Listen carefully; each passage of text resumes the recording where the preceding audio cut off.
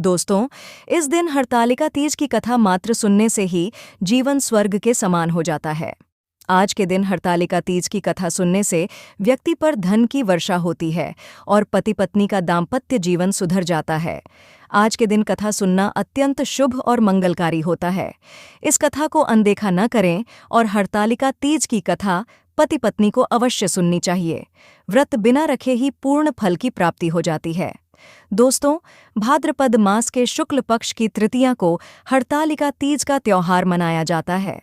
इस दिन सुहागिन महिलाएं पति की लंबी उम्र के लिए व्रत रखती हैं। सबसे पहले इस व्रत को माता पार्वती ने भगवान शिव के लिए रखा था। अब हम सुनते हैं हरतालिका तीज की व्रत कथा। भगवान शिव ने माता पार्वती को इस व्रत के बारे में विस्तार पूर्वक समझाया था। माता गौरी ने हिमालय के घर में जन्म लिया था और बचपन से ही वे भगवान शिव को पति रूप में पाना चाहती थीं। इसके लिए उन्होंने कठोर तपस्या की। 12 वर्षों तक निराहार रहकर तपस्या की। यह देखकर उनके पिता बहुत दुखी हो गए थे। दोस्तों, एक दिन नारद जी ने उनके पिता से आकर कहा कि पार्वती की कठोर तपस्या से प्रसन्न होकर भगवान विष्णु आपकी पुत्री से विवाह करना चाहते हैं। नारद मुनि की बात सुनकर महाराज हिमालय बहुत प्रसन्न हुए। उधर भगवान विष्णु के सामने जाकर नारद मुनि बोले कि महाराज हिमालय अपनी पुत्री पार्वती का विवाह आपसे करवाना चाहते हैं। भगवान विष्णु ने भी इसकी अनुमति दे दी। माता पार्वती की इच्छा के विरुद्ध उनकी सखियों ने उन्हें उनके पिता महाराज हिमालय की नज़रों से बचाकर एक घने सुनसान जंगल में स्थित गुफा में छोड़ दिया। वहीं रहकर माता पार्वती ने भगवान शिव को पति रूप में पाने के लिए कठोर तपस्या की और रेत से एक शिवलिंग की स्थापना की। संयोग से उस दिन हस्त नक्षत्र था और भाद्रपद शुक्ल तृतीया का दिन था।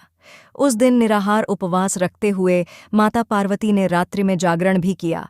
उनकी कठोर तपस्या से भगवान शिव प्रसन्न हुए और उन्हें आशीर्वाद दिया। इस बीच महाराज हिमालय भगवान विष्णु से किया गया वचन याद करके चिंतित हो गए और अपनी पुत्री को ढूंढने निकले। जब वे उस स्थान पर पहुंचे जहां माता पार्वती तपस्या कर रही थीं, उन्होंने माता पार्वती से पूछताछ की।